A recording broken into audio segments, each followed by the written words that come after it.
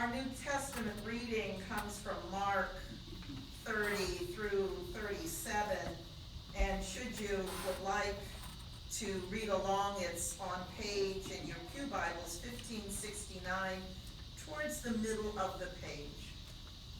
I invite you to listen as I read.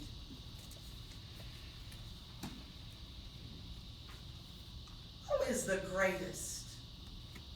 Is the question. They came to Capernaum. When he was in the house, he asked them, "What were you arguing about?" Actually, I'm going to start at the very up there at 30. How's that? Please excuse me, because you need to have this part in your head. 30 begins, "They left that place and passed through Galilee. Jesus did not want anyone to know where they were, because he was teaching his disciples. He said to them, 'The Son of Man is going to be betrayed into the hands of men. They will kill him, and after 3 days he will rise.' But they did not understand what he meant and were afraid to ask him about it. Who is the greatest? They came to Capernaum. When he was in the house, he asked them, 'What were you arguing about on the road?'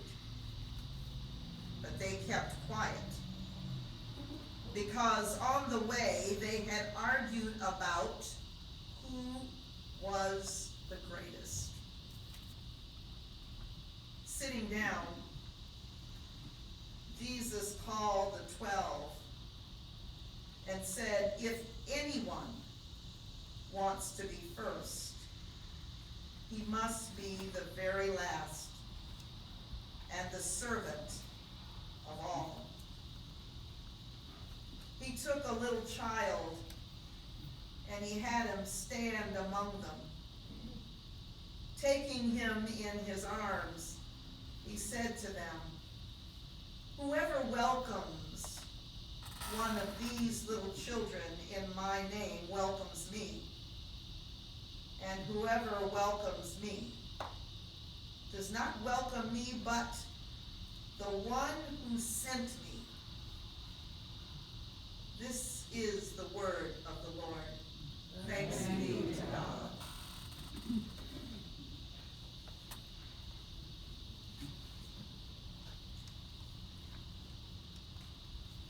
I was reading in my readings this week, and I was reading in the Wall Street Journal. Karl Rove, who was a writer for them, had an article about a dog, and maybe an article a little bit about why God made dogs. And at the end of his article, he said this, and I quote, "God grants us pets to encourage us and to give and receive unconditional love, to see loyalty personified, and to remind us that we must balance joy and delight with loss and grief in this transitory life." End quote. Karl Rove. And the name of this sermon is called Greatness of Smallness. And I started to think about those little small things in our lives that we kind of come across. And I put on there babies, puppies. Of course, I had to put on jewelry because of Mama. And even people are sometimes examples of how wonderful small gifts come in little packages. And one example that we here at United Presbyterian are blessed with is a woman who comes to us in a small package but delivers a great wallop. A wallop of energy and service to our congregation and to our church. And that is our person we hardly ever or never see on Sunday. That's our sexton, Miss Maria. I'm not sure how tall she is, but she stands maybe about this tall. And come to find out, her legs did not originally reach the pedals of our riding mower that cuts all this grass out here until Elder Ed arranged it so she could use it. I don't know what he did, but somehow her legs are now able to touch the pedal and cut the grass. We don't see her on Sunday, but we see and experience the results of a beautiful space that we call our church, and the space that is inside and the space that is outside. We experience her diligent work. We, again, don't see her on Sunday, but we know when we go to the ladies' room or the gentleman's room, it is clean and smells good. Her name is Miss Maria, and she comes in a small package. And the disciples today, if you didn't catch it, they were talking a little bit as they were walking along about the greatness of themselves. And there were probably a couple of reasons that Jesus wanted to keep his travels to where he was going with them secret, because one thing was Jesus begins his final journey south towards Jerusalem and towards the prediction of the Passion. And number two, he wanted to be able to have probably the privacy to teach his disciples. And it sounded like possibly some pride needed to be taken away a little bit. You know how our heads get really big.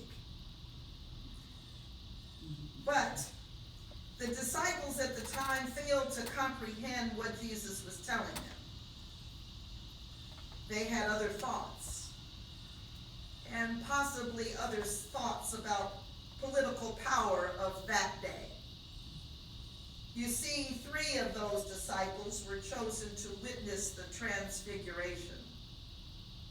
I'll just say it again. 3 of those disciples were chose to witness the transfiguration. And because of that, they might have felt a little bit more special than the other ones. And they felt a certain pride, and therefore between themselves they may have wanted to capitalize on that experience. God has many times in our biblical readings, whether it's in Bible study with Larry, Reverend Larry, or Elder Davida, or Elder Karen, God has many times in our biblical readings and in our personal lives have taken steps to secure humility in God's people.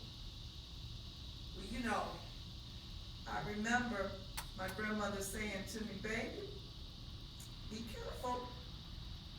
Be real careful when you begin to brag about something. And I thought, oh, she's right. I don't want to brag. Oh, goodness. She said, you know, God blesses small things. Then that's when I decided I didn't want to grow up. So I thought, well, if I stay small, I'll always be blessed. But you see, many times we do choose pride.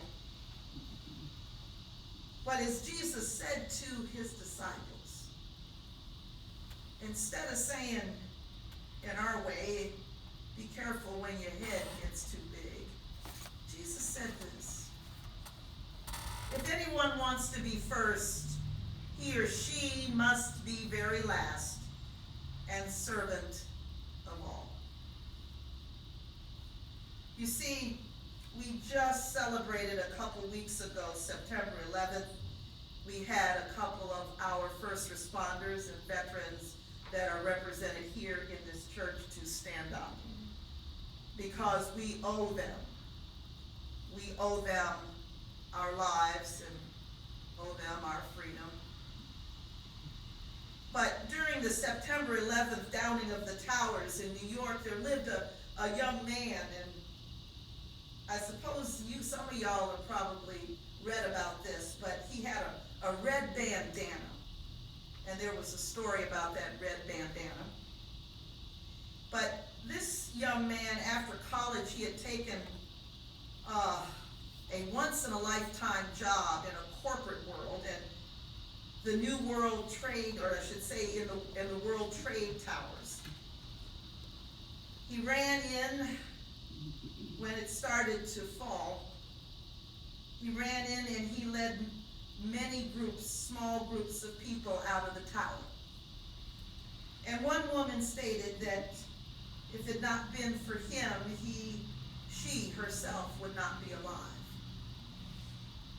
She said she didn't know his name, but he had worn a red bandana, much like we're wearing our masks today. He entered the towers again and again and again, and he led more small groups out to freedom. And then the tower collapsed. And it collapsed on him and the others he was leading out. Come to find out that that young man was planning to join the fire department like his dad. You see, his dad worked really hard to send him to college to get that fancy job in the towers. And come to find out, this young man's name was Mr. Wells Crowther, I should say, and he was 24 years old. In honor of his father started this Red Bandana Trust Fund, which is a scholarship program and curriculum for training and leadership. And this particular curriculum teaches other young people and older people and mid-sized people how to lead. And the Lord's gospel today, when we welcome the smallest of individuals, be them the little children, as Jesus took them and held on to them, or those who society defines as insignificant. And when you welcome those, you welcome me into your heart. You welcome God into your heart. And you see, today is kind of an interesting day. It's beautiful outside, and there's a lot going on. This week was particularly difficult, at least for me. I was on call, and I had to train a new chaplain. When you train a new chaplain, you can't do your own work. You got to do God's work, because he's got to get out there in the world and start doing God's work. So today, when we talk about being small and Jesus taking the young children in and holding them and saying to be good to the least of these. And of course, Madam Joanne had asked me, would you like to come to lunch? You don't know how many times I'd love to go to lunch. But today, a young woman had decided to take her life. And so I'm on call again and have to go and talk with her mom, who is beside herself. Now, many times, I'm sure you all also feel that the day is full. Madam DeVita, you can't help enough people, right? Enough young people. We can't do enough.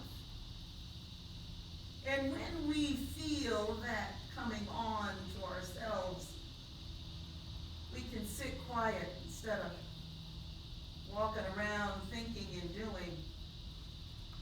But sit quiet with the Lord and say, Lord, help me just put one step in front of the other, little by little. Now this weekend, my husband and I went to the ocean, and I had on my gym shoes and socks. And I suppose we walked on the boardwalk long enough, and my husband says to me, "You want to go by the water?" All of a sudden, I had a smile and a kind of a lift in my step. And I sat down and started to take off my socks and my shoes. And I couldn't get to the water quick enough. But he walks on the beach a lot. I don't walk on the beach, I lift weights, but I don't walk on the beach. So we walk at different paces. Different paces is okay. How you walk is not how I walk. And if I walk like you, then my knees start to hurt. Okay? And he walks fast. So my knees started to hurt, and I couldn't hold his hand as long as I wanted to. But something said, Sheryl, just go on and sit down for a minute. Sit down. He's just walking on the water, it's okay. He's just not on the water, Lord, no. By the water, right, babe? Lord, please. He's just walking by the water. And I said, okay, I'm not as great as him at walking, but I'm going to listen to you and take a moment. And lo and behold, I took a moment and looked at the water, and oh my goodness, I saw little kids playing, mothers. We met a set of twins that with a woman that I work out at 6 a.m. in the morning. These kids are so cute, but of course they're a set of twins. And the twins, one of them, she says, oh, this is so-and-so, I can't remember their names, babe. So-and-so, and they're so-and-so. Now they were, and my husband said, which one was born first? He said, that one, the one that took off. Ladies and gentlemen of God, even when we're born together in the same sack even, we're so different. And that's okay.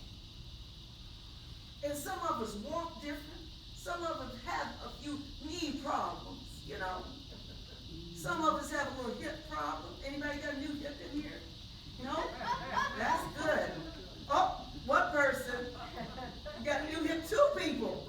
That's all right. You're up and moving, aren't you, Miss Shirley and Madam D? Right. Yeah. You're still sitting here. Yeah. Little things like that still allow us to live in love, right? Now, as the day went on yesterday, I saw a friend of mine as we were driving.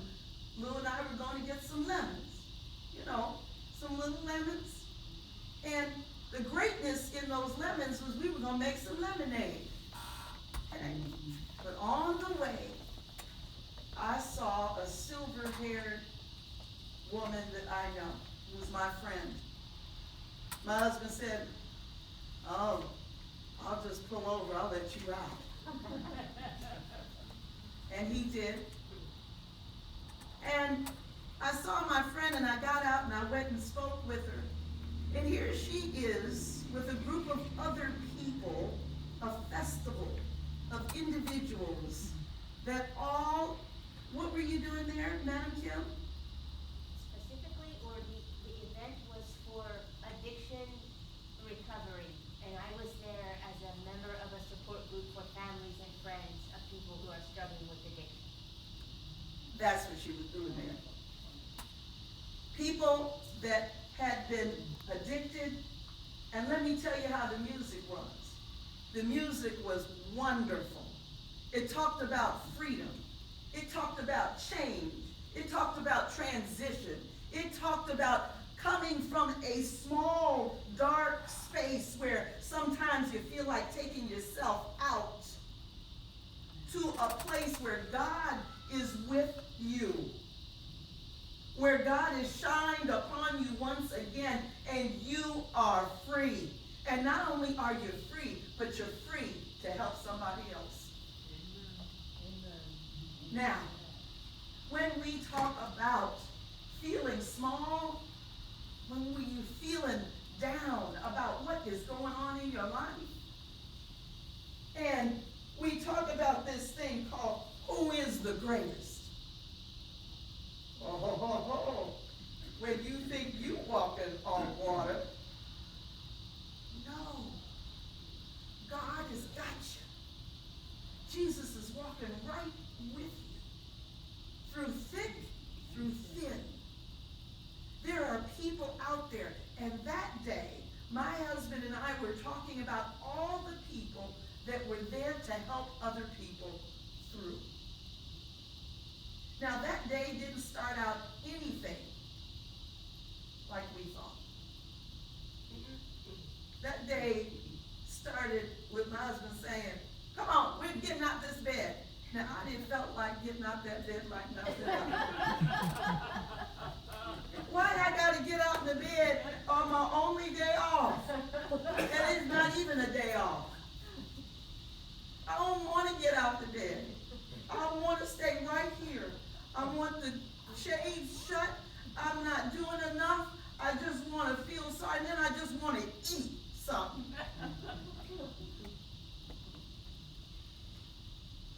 Jesus was saying here, he took a little child and had him stand among them, taking him in his arms. He said to them, "Whoever welcomes one of these little children in my name welcomes me, and whoever welcomes me does not welcome me, but welcomes the one who sent me." Ladies and gentlemen of God, as we were talking today in Bible study, where does the Lord want you to be? Where is God sending you? Where should you be? What should you be doing? Even if it's just a teeny weeny little thing.